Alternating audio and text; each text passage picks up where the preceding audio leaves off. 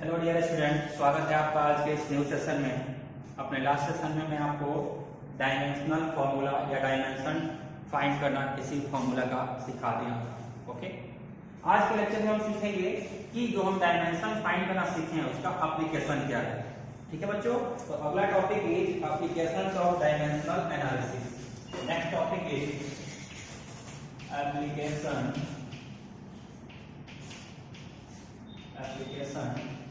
of dimensional analysis।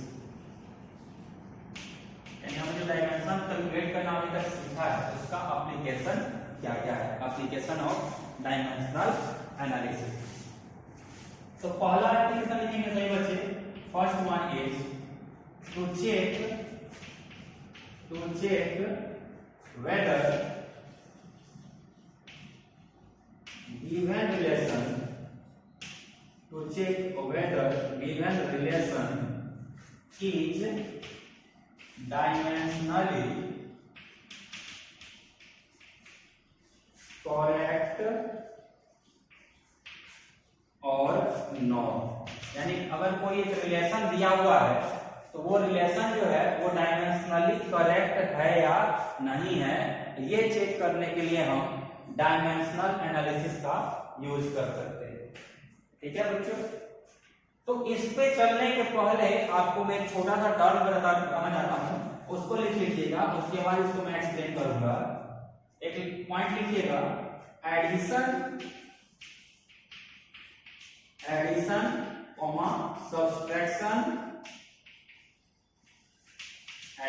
Subtraction और equity.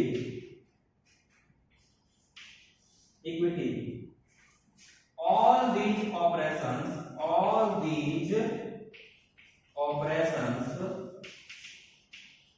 can be performed only between quantities with same dimension।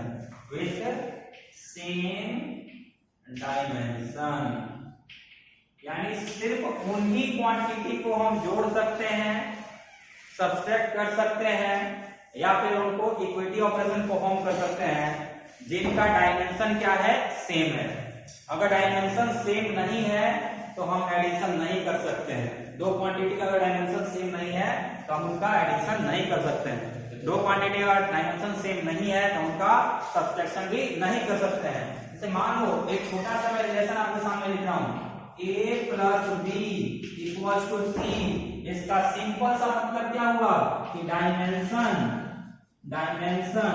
Of a equals to dimension of b equals to dimension of c। यहां पर हमने क्या किया है, यहां पर हमने a और b का एडिशन किया है और इसको क्या किया है, इक्वेट करना है c से। तो यहाँ पे जब तक इनका डायमेंशन सेम नहीं होगा तब तक हम ये वाला ऑपरेशन फॉलो नहीं कर सकते हैं, इस टर्म को यूज नहीं कर सकते हैं। समझ आ रहा है ना। और इस पूरे के पूरे टर्म को हम बोलते हैं principle of homogeneity, and this is called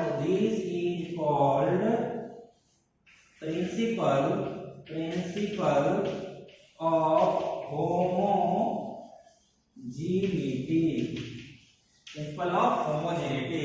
तो एग्जाम में आपसे आ सकता है कि एक्सप्लेन प्रिंसिपल ऑफ होमोजेनिटी। तो प्रिंसिपल ऑफ होमोजेनिटी क्या बोलता है, देखेंगे उसमें। Principle of homogeneity states that mathematical operations like addition, subtraction और equity can be performed only between those quantities whose dimension are same। जिनका डायमेंशन सेम होगा उन्हीं के बीच में सिर्फ एडिशन, सब्सट्रैक्शन या इक्विटी के ऑपरेशन को परफॉर्म कर सकते हैं। अगला पॉइंट इसमें हम क्या लिखेंगे, प्रिंसिपल ऑफ होमोजेनिटी में एक और पॉइंट ध्यान आपको क्या रखना है कि addition, subtraction, division and multiplication. Next note देके लिखेंगे, नोट, अगला नोट, डिवीजन and multiplication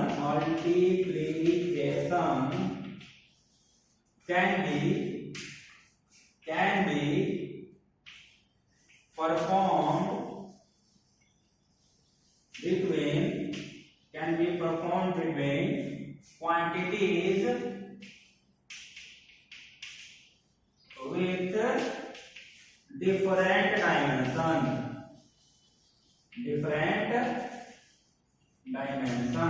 यानी गुना करने के लिए या भाग करने के लिए, मल्टीप्लिकेशन के लिए या फिर डिवीजन के लिए डायमेंशन का सेम होना जरूरी नहीं है। अगर दो क्वांटिटी का डायमेंशन अलग अलग है तब भी हम क्या कर सकते हैं, तब भी उनका मल्टीप्लिकेशन कर सकते हैं और तब भी हम उसका डिवीजन कर सकते हैं। लेकिन एडिशन के लिए, सब्सट्रैक्शन के लिए, इक्विटी के लिए अपने को प्रिंसिपल ऑफ होमोजेनिटी को फॉलो करना ही पड़ेगा। और ये क्या बोलता है कि सिर्फ उन्हीं क्वांटिटी को ऐड, सब्सट्रैक्ट या इक्वेट कर सकते हैं जिनका डायमेंशन क्या है, सेम है। जैसे मान लीजिए कि आपको मैं एक और रिलेशन लिखा रहा हूं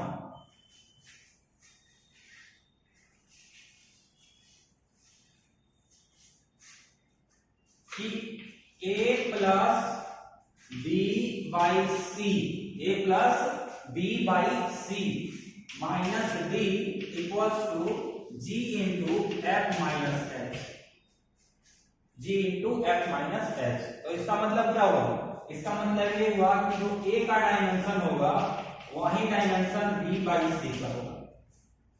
जो a का डायमेंशन होगा वही डायमेंशन b बाई सी का होगा, क्योंकि इन दोनों को हम क्या कर रहे हैं, ऐड कर रहे हैं।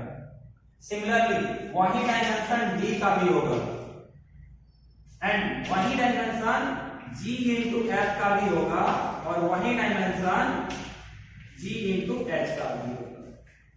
यहाँ पे अंडर ब्रैकेट हम f और h को माइनस कर रहे हैं तो सेम f और h का भी डायमेंशन क्या होगा, सेम होगा। पहला पॉइंट क्लियर हो गया। दूसरा पॉइंट देखिए, ब्रैकेट के अंदर f और h है तो इन दोनों को हम आपस में क्या कर रहे हैं, सब्सट्रैक्ट कर रहे हैं, यानी डायमेंशन ऑफ f जो होगा वही होगा डायमेंशन ऑफ h भी। जरूरी नहीं है कि f का डायमेंशन जो है वो एक डायमेंशन के इक्वल हो, एक डायमेंशन के इक्वल f का डायमेंशन नहीं हो सकता है, जरूरी नहीं है। ये सिर्फ तभी हो सकता है जब g डायमेंशन लेस हो, लेकिन f और h का आपस में डायमेंशन सेम होगा क्योंकि हम f और h को क्या कर रहे हैं, सब्सट्रैक्ट कर रहे हैं। सिमिलरली इसको हम ब्रेक कर रहे हैं ब्रैकेट को, तो ये gf हो जा रहा है और ये gh हो रहा है, तो हम बोल सकते हैं gf का डायमेंशन भी एक डायमेंशन के इक्वल होगा, या फिर gh का डायमेंशन भी एक डायमेंशन के इक्वल होगा, या फिर d का डायमेंशन भी एक डायमेंशन के इक्वल होगा। तो ऐसा हम पूरा का पूरा टर्म में बोल सकते हैं। एक और इंपॉर्टेंट पॉइंट यहां पे हम बोल सकते हैं क्या, कि जो डायमेंशन ऑफ b होगा that will not be equal to dimension of c। ऐसा क्यों? क्योंकि देखो b और c का अगर डायमेंशन सेम हो गया, ऊपर जो है वही डायमेंशन नीचे है, मतलब दोनों डायमेंशन एक दूसरे को कैंसिल कर देंगे, तो उस सिचुएशन में जो पूरा का पूरा टर्म है ये डायमेंशन लेस हो जाएगा। और ये अगर डायमेंशन लेस हो गया तो सभी टर्म को डायमेंशन लेस होना पड़ेगा, a को भी डायमेंशन लेस होना पड़ेगा और b को भी डायमेंशन लेस होना पड़ेगा। तो dimension of b equals to dimension of c सिर्फ तभी हो सकता है जब a और d दोनों ही क्या है, डायमेंशन लेस है। तो this is possible, this is not possible. ये a b का डायमेंशन और c का डायमेंशन इक्वल नहीं हो सकता है। दिस इज पॉसिबल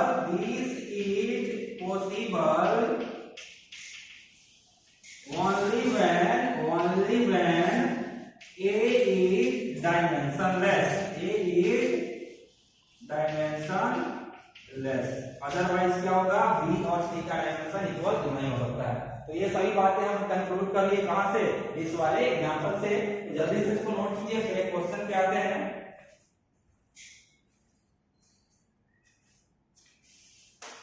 ओके बच्चों, so question is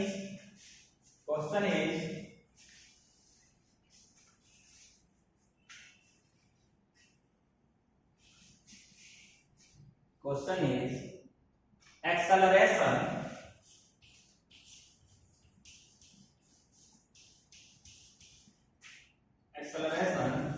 of a body is given by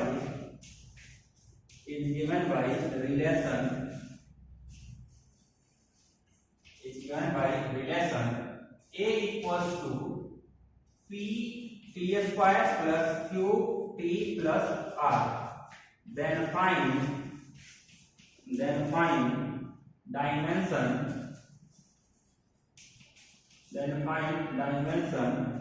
of P, Q and R। यानी देखिए क्या यहाँ पे अपने को दिया हुआ है, यहाँ पे अपने को दिया हुआ है कि किसी बॉडी का एक्सेलरेशन जो है, एक्सेलरेशन कितना दिया हुआ है, एक्सेलरेशन इक्वल टू है p/t² + qt + r। तो इस बॉडी का जो इस बॉडी के लिए p, q और r का डायमेंशन क्या है ये बताइए। तो चलिए फाइंड करते हैं, इसको सॉल्व करते हैं। इसको सॉल्व करेंगे तो बच्चा लोग देखिए क्या, from principal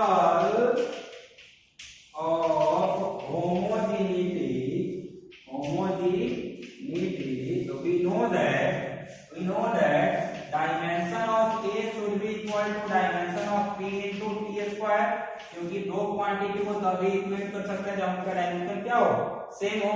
and this will be equal to dimension of Q into T and this will be equal to dimension of R।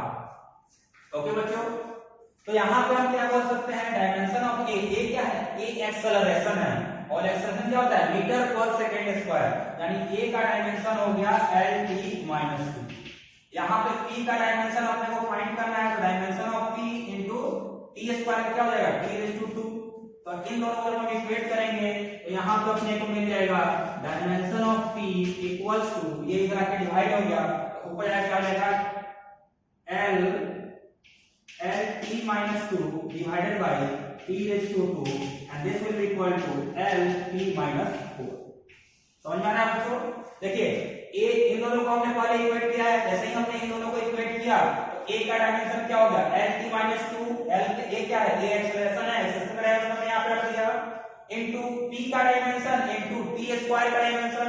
तो P का डायमेंशन हमने को फाइंड करना है, तो P को हमने एक तरफ रख लिया, अब ये जो है इधर आएगा तो डिवाइड हो जाएगा ना, तो LT-2 डिवाइडेड बाय T² और फिर ये नीचे प्लस है तो ऊपर जाके माइनस हो जाएगा, तो T⁻² into T⁻², पावर को हमने ऐड कर दिया तो LT⁻²।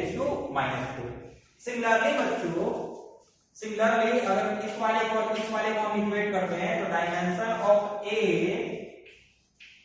will be equal to dimension of Q into T।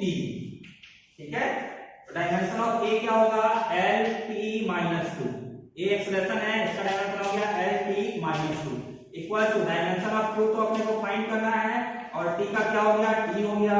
यहां से अपने को मिल जाएगा dimension of Q equals to, तो इधर मल्टीप्लाई में है तो इधर आगे क्या हो जाओगे, डिवाइड हो जाओगे, तो इसको लिखेंगे equals to LT-2 divided by T and this will be equal to LT-3। This is dimension of Q। I hope आपको ये वाला भी क्लियर हो गया होगा। डायमेंशन हमने Q का भी यहाँ पे फाइंड कर लिया। सिमिलरली अब हम फाइंड करेंगे डायमेंशन ऑफ R। तो चलिए अब फाइंड करते हैं डायमेंशन ऑफ R को। ओके बच्चों, तो ये इधर मैं इरेज कर रहा हूँ। जब डायमेंशन ऑफ R की हम बात करेंगे तो देखिए वहां पे क्या लिखा जाएगा, फर्स्ट वाले टर्म को लास्ट वाले टर्म को आप इक्वेट कर लीजिए, तो dimension of A will be equal to dimension of R, और डायमेंशन ऑफ R किससे पूछ रहा है, A तुम्हारा डायमेंशन क्या होता है, तो A बोला कि मेरा डायमेंशन LT⁻² होता है equal to dimension of R। तो यहाँ पे हमने थर्ड वाले टर्म का भी डायमेंशन फाइंड कर दिया। P, Q और R का डायमेंशन हमने with the help of principal of homogeneity find कर दिया। क्लियर है बच्चों, यहाँ पे कोई डाउट नहीं होना चाहिए मेरे ख्याल से। अब चलते हैं आगे अगले क्वेश्चन पे, और next question is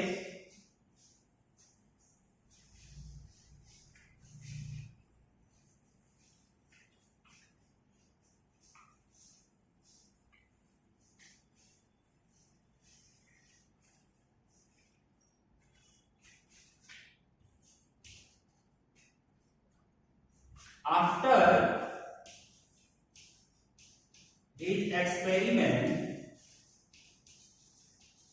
his experiment Rajiv concluded that time period period of simple pendulum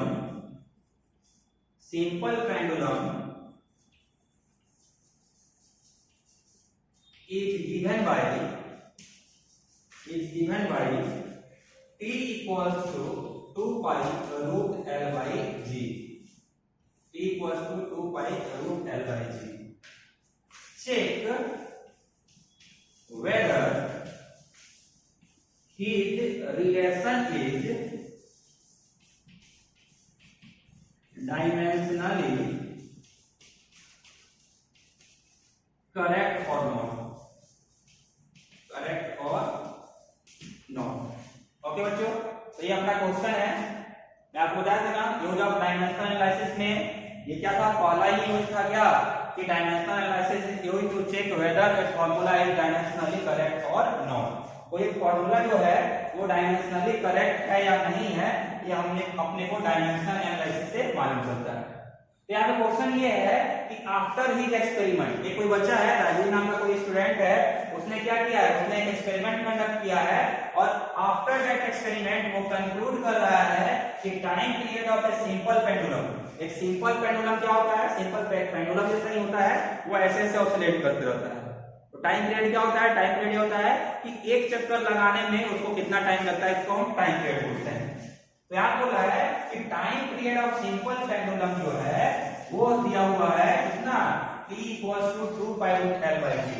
अब ये कोई एक स्टूडेंट है, उसने अपना ऐसा रिलेशन बना करके डेवलप करके आपके सामने रखा और आपको मैं बोल रहा हूं कि आप चेक करके बताइए कि ये जो रिलेशन है ये डायमेंशनली करेक्ट है या नहीं है। तो चलिए अब इसको चेक करते हैं। अगर ये रिलेशन डायमेंशनली करेक्ट होगा तो ये प्रिंसिपल ऑफ होमोजेनिटी को फॉलो करेगा, यानी dimension of LHS should be equal to dimension of RHS, ठीक है ना। तो applying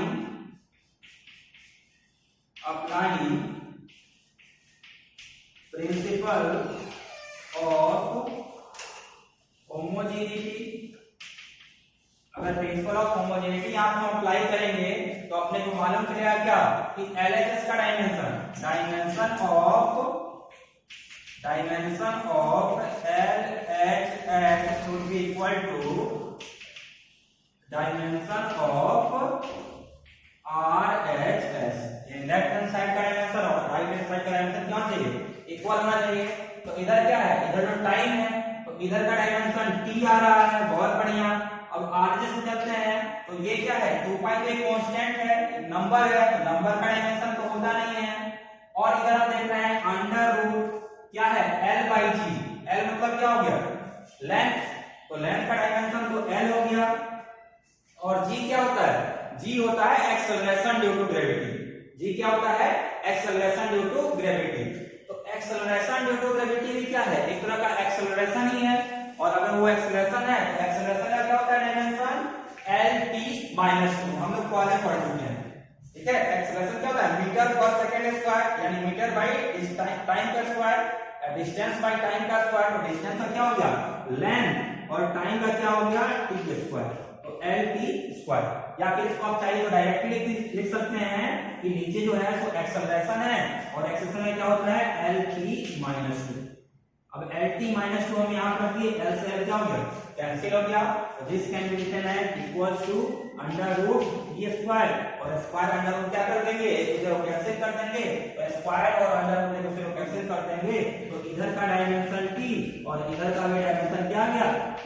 since dimension of both side are equal, since dimension of LHS equals to dimension of RHS, therefore this relation is dimensionally correct. ये relation क्या होगा, dimensionally correct होगा। और होगा क्यों नहीं, क्योंकि इस रिलेशन को कौन बनाया था, इस रिलेशन को राजीव ने बनाया था। तो राजीव का बनाया हुआ रिलेशन तो गलत होता ही नहीं है। एक्चुअली मैं बार बार अक्सर ही अपने बच्चों का ही नाम लेता हूँ, हो सकता है आप लोग भी इस क्लास में पढ़ के पास आउट होंगे, तो अगले साल जब पढ़ाते रहूंगा तो किसी क्वेश्चन में आप लोग में से किसी का नाम ले लूंगा। राजीव भी क्या है, एक मेरा पास्ट स्टूडेंट है, लास्ट ईयर उसने बहुत अच्छा परफॉर्म किया था, तो उसका हमेशा नाम लेते रहता हूँ। किसी भी बुक से क्या करता हूँ, उसका नाम ऐड कर देता हूँ। तो इस तरह का चलते रहता अपना, इसको पहले नोट कीजिए, फिर चलते हैं अगले वाले क्वेश्चन पे। ओके बच्चों, so moving towards our next question.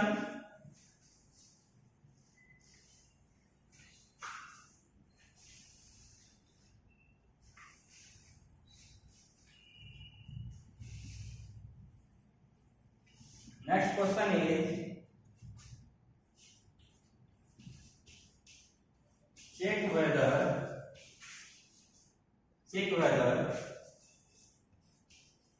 given relation is dimensionally correct or not, is dimensionally correct or not। यानी अपने को फाइंड करना है कि ये वाला जो रिलेशन है ये डायमेंशनली करेक्ट है या नहीं है। तो चलिए सोल्व करते हैं। रिलेशन तो मैंने लिखा ही है। Check whether given relation is dimensionally correct और नॉट। रिलेशन लिखिए। रिलेशन दिया है v equals to u plus at square. अब बोला है कि ये रिलेशन डायमेंशनली करेक्ट है या नहीं, अपने को चेक करना है। तो आइए चेक करते हैं। प्रिंसिपल ऑफ होमोजेनिटी क्या होता है कि सेम डायमेंशन वाले क्वांटिटी को ही हम ऐड सब्सट्रैक्ट या इक्वेट कर सकते हैं। तो v क्या है? Final velocity. ये रिलेशन आपने 9th में इस तरह का कुछ पढ़ा था। v क्या होता था? Final velocity. तो v फॉर वेलोसिटी तो क्या हो गया l t -1 वेलोसिटी का यही होता है। u भी वेलोसिटी है तो इसका भी क्या हो जाएगा l t -1। a क्या होता है? a एक्सेलरेशन होता है तो a का हो जाएगा l t -2 और t क्या होता है? टाइम होता है तो इसका हो गया t⁻²। ओके बच्चों, तो t तो यार कैंसिल हो जाएगा तो हमारे पास क्या मिला l t -1 equals to l t -1। तो यहां तक तो फॉलो हो रहा है प्लस l सिर्फ आ रहा है यहां पे। तो यहां पे प्रिंसिपल ऑफ होमोजेनिटी फॉलो हो रहा है क्या? तो आंसर इज नो। यहां पे प्रिंसिपल ऑफ होमोजेनिटी फॉलो नहीं हो रहा है। तो दिस रिलेशन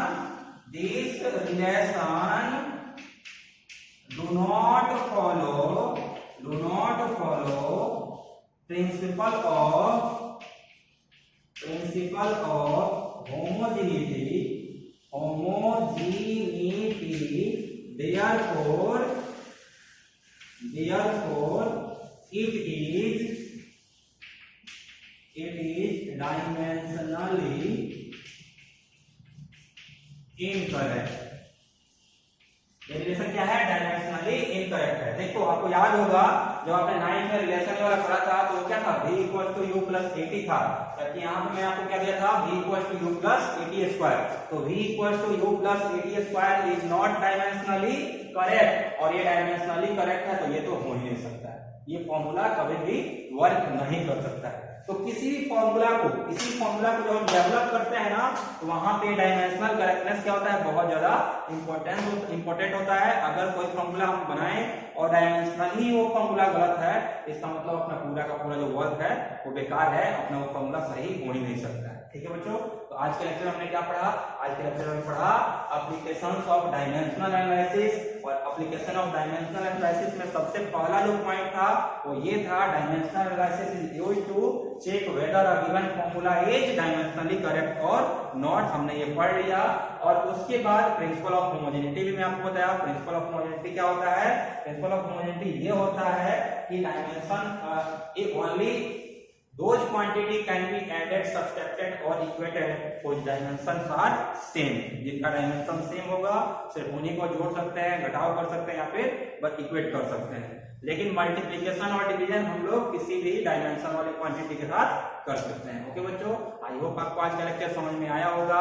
अगर समझ में आया है तो please do like, share and subscribe to our channel JMV group of school. Thank you very much for joining.